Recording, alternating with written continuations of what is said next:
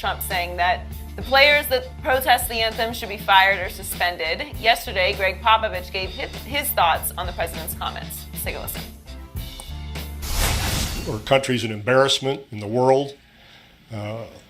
This is an individual who actually thought that when people held arms during the games that they were doing it to honor the flag.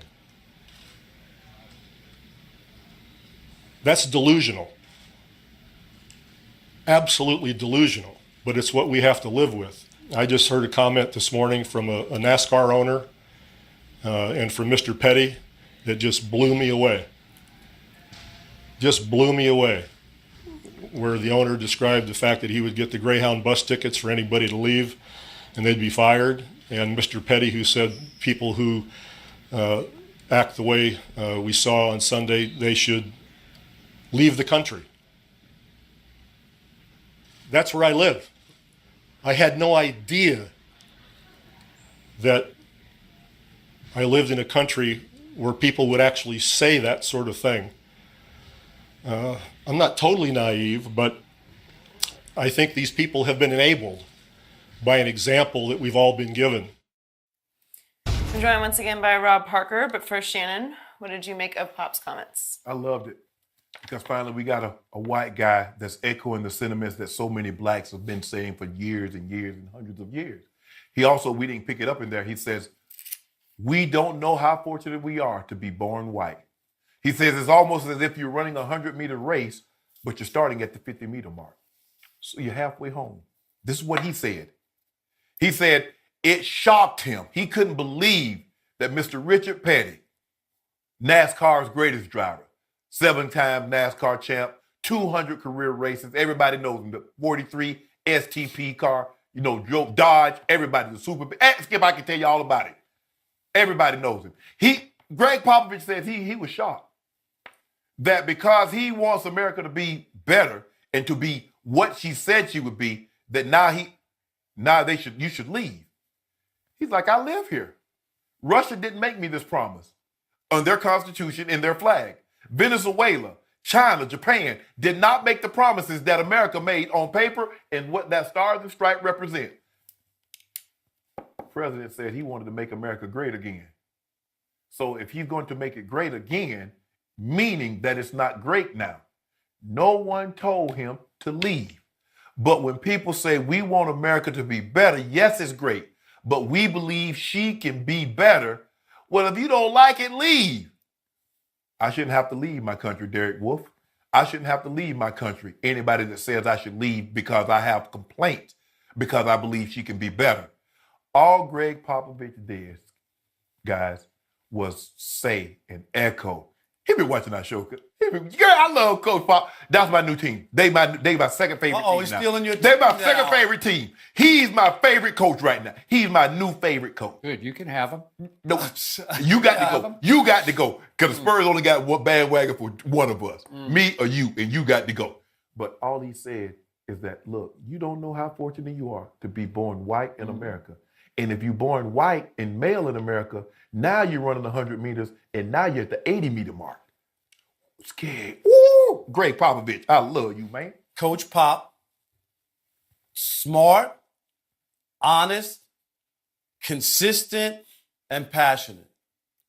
And the thing that I love the most is that you don't have to be black to want equality, fairness, this whole notion that people don't get it. They get it. Because it's just about, you want to be treated fairly and the way everybody's being treated. That's all. That's all. Not different, not better, just fair. And I think that when I hear him talk about this, he's been very consistent about where he is, his beliefs. And there are other people who get it. That it's just, this is what people want, and it's worth fighting for. It's worth talking about. It just is. So many people, what are you afraid of to have the conversation that everybody wants to be treated equally? I just don't, please help me. How is that going to be the end of your world or your privileged world? How does that alter anything that you're doing? I don't get it. And this whole notion that, basically when they say leave the country, it's basically, underlying of, hey, we'll put you back on the boat to send you back to Africa. Exactly. Go back to where you came from. I came from Chicago. Yeah. First of all, the only thing is, let me see. Native Americans were here. We all came from somewhere else. All of us. So this whole notion that this is somebody's country and we're the foreigners and we just showed up, and if you don't like it here, hey, get back on the boat and go back out. Yeah. Stop it with that. Go watch the current movie Wind River and tell me what you think of that, speaking of Native Americans. I'll go check that Now out. back to Coach Popovich. I liked and believed in a whole lot of what Coach Popovich said, but I've said this before and I'm going to say it again right here, right now. I have lost so much respect for him over the way he treats people over the years that I no longer completely trust what he is saying. Because when you treat people the way he does, you reveal your character or lack thereof. You mean media members? Is that what you're Yes, saying? okay. That's where it starts. Okay. But you've talked to me throughout this show about be careful about that shell game. Mm-hmm. So I'm going to ask you to be careful about the shell game that he's playing right now. And you're right. Over the years, I've been so offended because Gregg Popovich has gotten away with treating members of the media, you're a member now, with no dignity, no regard. He shames them, he ridicules them, he embarrasses them in front of their peers and sometimes on national TV and post-game press conferences. And he basically bullies them, and he gets away with it because somehow, some way, people started saying, that's just lovable old curmudgeon Pop. No, it's not.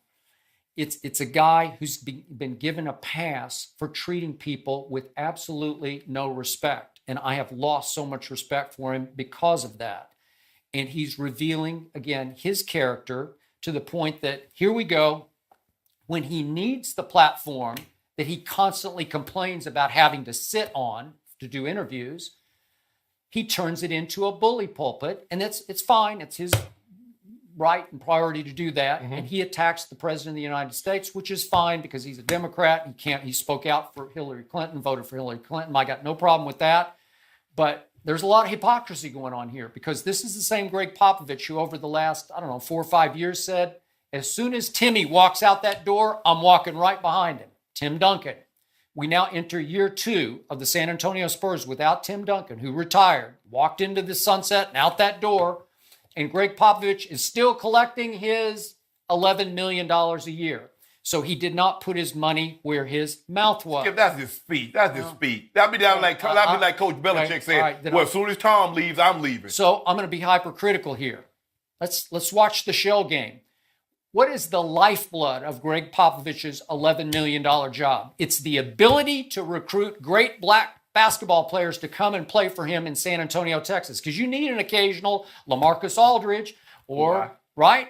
Well, that's not recruiting. You draft right. But every once in a while, they've gone after some big free agents. But you got to keep him. Huh? You got to keep him. But again, so you're saying you're playing to that crowd, man. He's saying that he's playing to the black crowd that is the NBA? Yeah.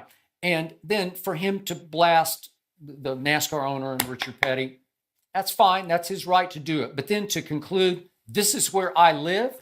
You live in a country that is free, that has a First Amendment right to freedom of speech that the NASCAR owner and Richard Petty also have the same right that you have. Mm-hmm. So you're not going to honor their right to speak out because it's not what you believe? That's just flat out wrong. And if you want to pin your hopes on somebody, on a white man, let's do Steve Kerr because he's been just as outspoken against Donald Trump as Gregg Popovich has. And I've been around Steve Kerr enough to tell you he has a big, good, solid heart. He treats everybody around him with nothing but dignity and respect, starting with the media and anybody else who comes into his force field. Steve Kerr is known by everybody as a really solid citizen. And I'll say this about Pop, and your point is well taken. Yep. It really is. Mm-hmm.